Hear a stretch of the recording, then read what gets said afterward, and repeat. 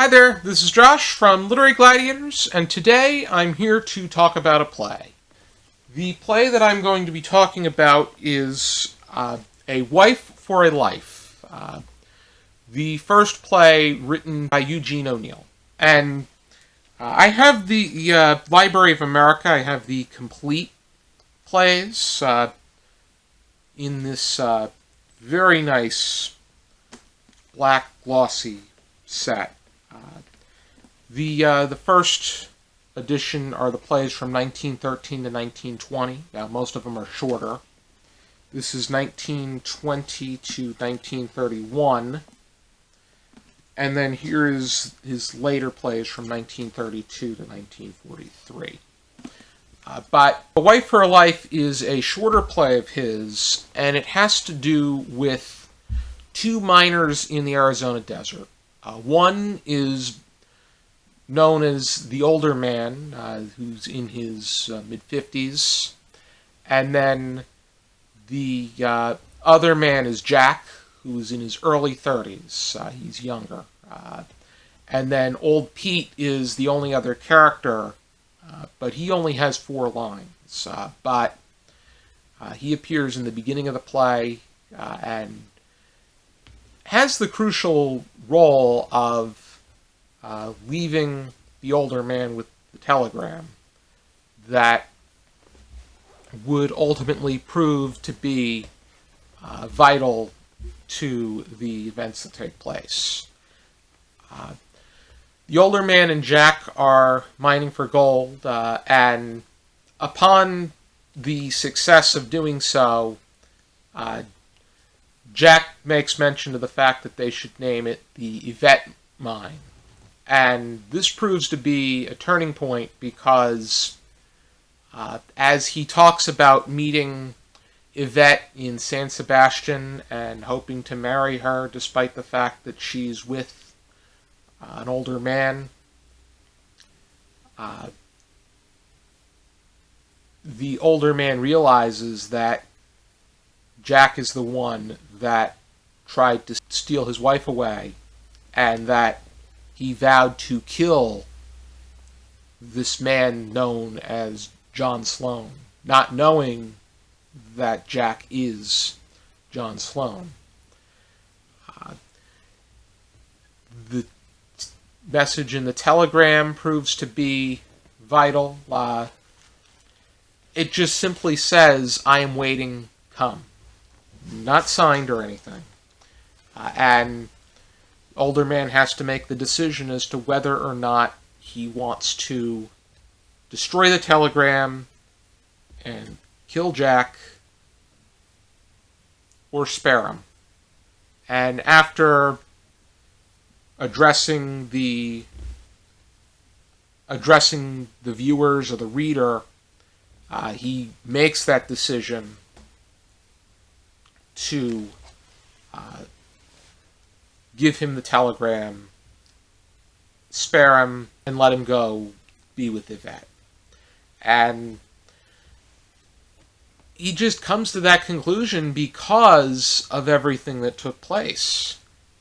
The one thing that really stuck out to him was that he saved his life in Transvaal when they were in South Africa. He finally found who he was looking for, but his impression of him changed. He remembers, as he said on page 10 of this particular copy,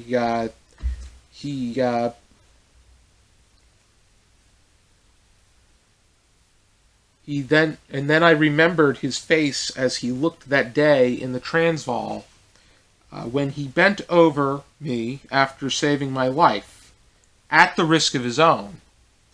I could almost hear his words as he spoke that day when death was so near. "All right, old pal. You're all right." And because he was contemplating, then my hand left my gun and the old hatred died out forever. I could not do it.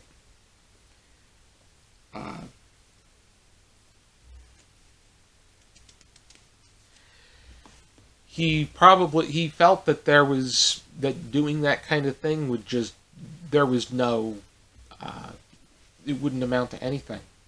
But I think that within its nature, this is structured simply enough.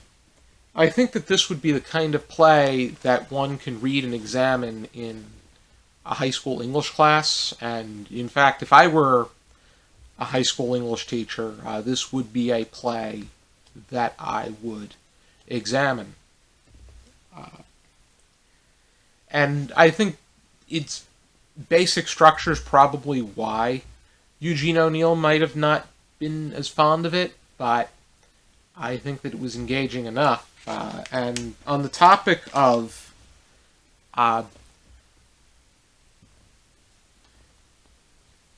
being able to instruct this particular play, I thought that we would go over some questions that could be asked about the play. And I'll give you my interpretation. And it would be interesting to see how you would interpret it, too. Because I think that everything is up for interpretation as long as it has a legitimate reason. The first thought question, if you want to join along with this, feel free to do so. You can pause when I finish reading the question, write down your answer, and then we can compare answers, too. And I'd love to do so in the description, because perhaps you see something different, and if your argument is reasonable enough, I'll definitely keep it in mind. Okay, the first question I have is, at what point did you realize that the older man was the jealous husband that was chasing after Jack? And the answer that I have is, upon hearing the name Yvette, it makes mention to the fact that the older man, and it's just worth mentioning that Eugene O'Neill is excellent when it comes to not just describing the characters that he writes about and their setting, but also their actions. He's very specific as far as their emotion, their facial expression, their disposition is concerned. But on page 6 of this Library of America edition,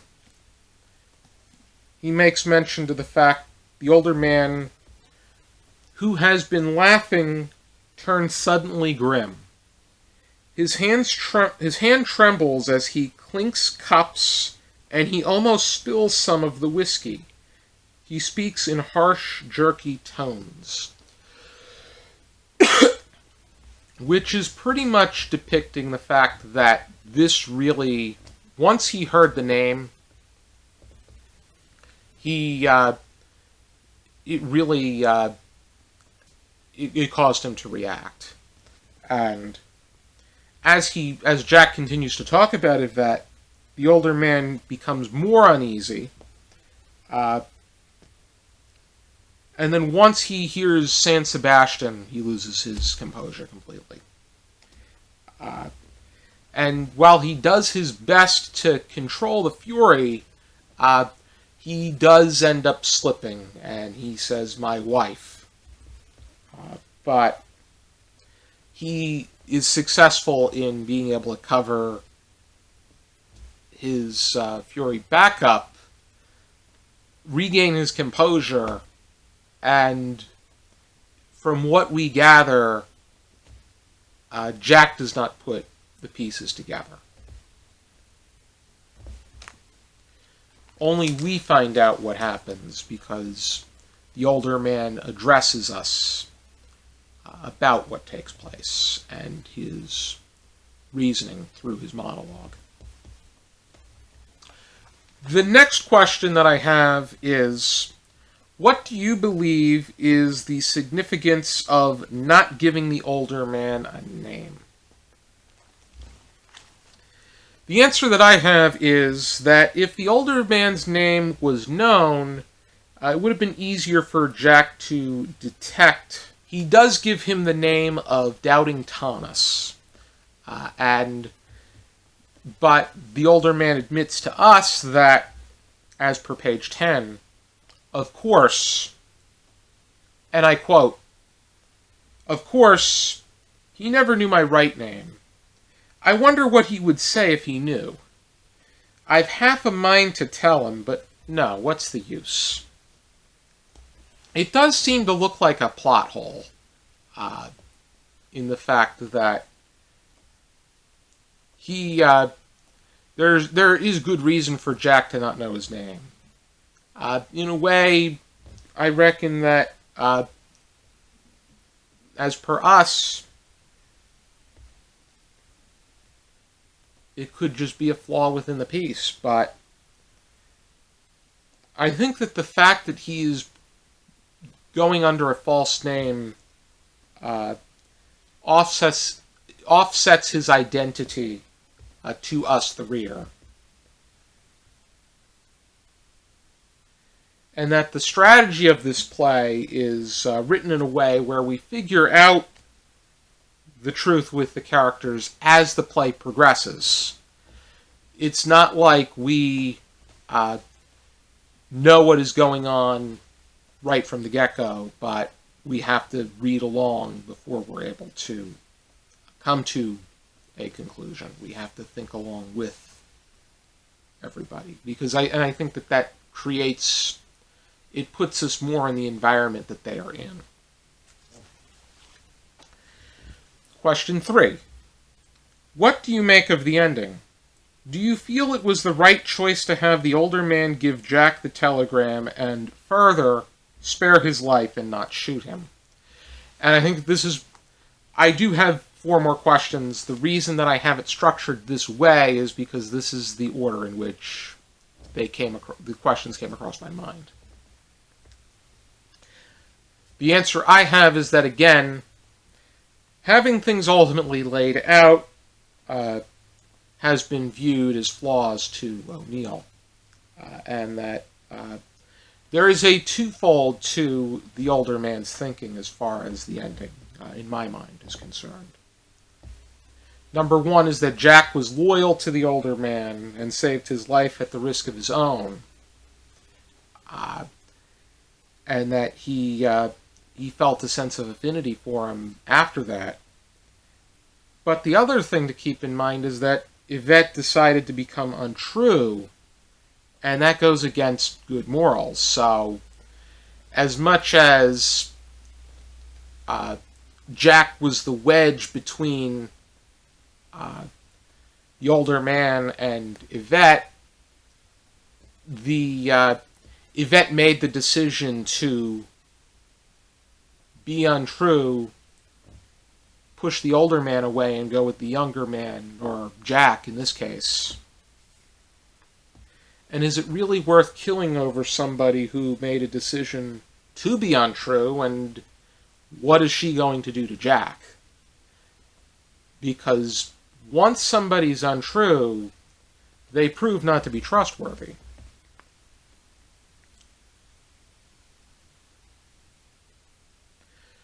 On one hand, he's rewarding Jack for his actions, but on the other hand, is he really rewarding him with somebody who now has a track record of being untrue? And someone that's willing to give up on love?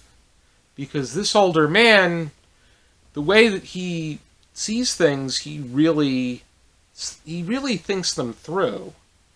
He's much wiser than one can give him credit for. He's definitely bitter, and he's definitely had thoughts that aren't necessarily the most ideal, but I think that he is seasoned as far as his experiences are concerned. But the age aspect could be a defense, but I think somebody that proved to be loyal would wait until they knew for sure and would be willing to hold out. On the other hand, I think she wanted somebody who was younger, and that this marriage was pretty much forced upon her with the older man, which is brought into, there's that understanding as well.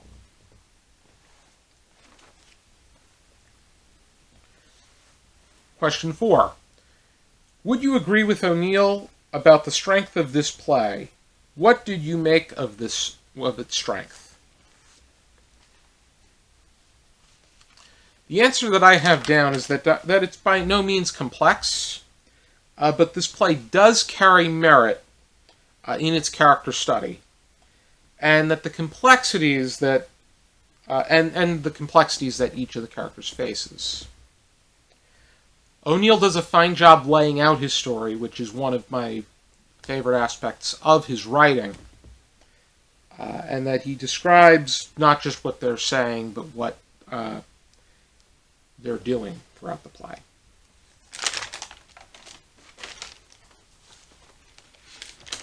Question 5. Does Old Pete bear any significance? And I would argue that despite the fact that he only has 4 lines in the play, he is the source for the older man to acquire the telegram. And he's an additional miner who's working along with the older man and Jack. So it could have operated with someone who was neutral, that someone just came, delivered the telegram, and made their way off. But someone like Old Pete does add a bit of flavor, and it means that there's more to the mining industry within that area. He was definitely secondary as a character, but it shows that there are multiple people that were mining with, and it just so happened that the older man and Jack were very much engaged in the practice. Question 6. Do you find significance to the setting and situation in which these characters are placed? And I would say yes, because mining is difficult and it's often risky. And with mining, there is a lot that's on the line because they are mining for something that proves to be major value. In this case, it's gold. But they're mining for a resource that is going to make a difference. And it's significant that they have to rely on each other in order to acquire these valuable items. And in this case, the older man and Jack are relying on one another. And if they are placed in dire situations, if they value living, they have to rely on one another. If it means both of their lives, for sure. And that the fact that it's in a desert, they rely on each other even more because there are barely any people surrounding them aside from the people that are working in the mines. And then finally, on the topic of character, is there dimension to these characters? How much dimension do you feel these characters should possess? And with the way that O'Neill has his characters speak and act, I think that there is great dimension to these characters. And I would say even Old Pete has dimension to him, too. But I think that the one that's the most fleshed out, and I think the one where the point of view is placed, is on the older man. Because there is that aspect of his years of experience, and we really get a sense of complexity within his character. We really see how he operates. Plus, he is the one that gives the monologue to the viewer about the circumstances that are taking place. So we know how he is thinking. We don't know so much about how Jack is thinking and how he's responding, because we don't really see how he responds to the reaction that the older man has when he shouts, "My wife," referring to Yvette. And we don't see how Jack perceived, aside from the fact that Jack is very appreciative. But that could also be tied to his lack of experience and the fact that he is very much on the mindset of doing good and meaning well. And that it's just, he's very head over heels as far as Yvette is concerned and about his love. Whereas the older man has seen and experienced and knows that it is very much a sticky situation. I think that for a one-act play, it does carry a lot of weight as far as its subject matter is concerned. I think that it was really... I think that it was solid. And I think that this play is worth studying and taking into account. It may not be Eugene O'Neill's favorite, but I think that it's still a good way to kick off a very polished career.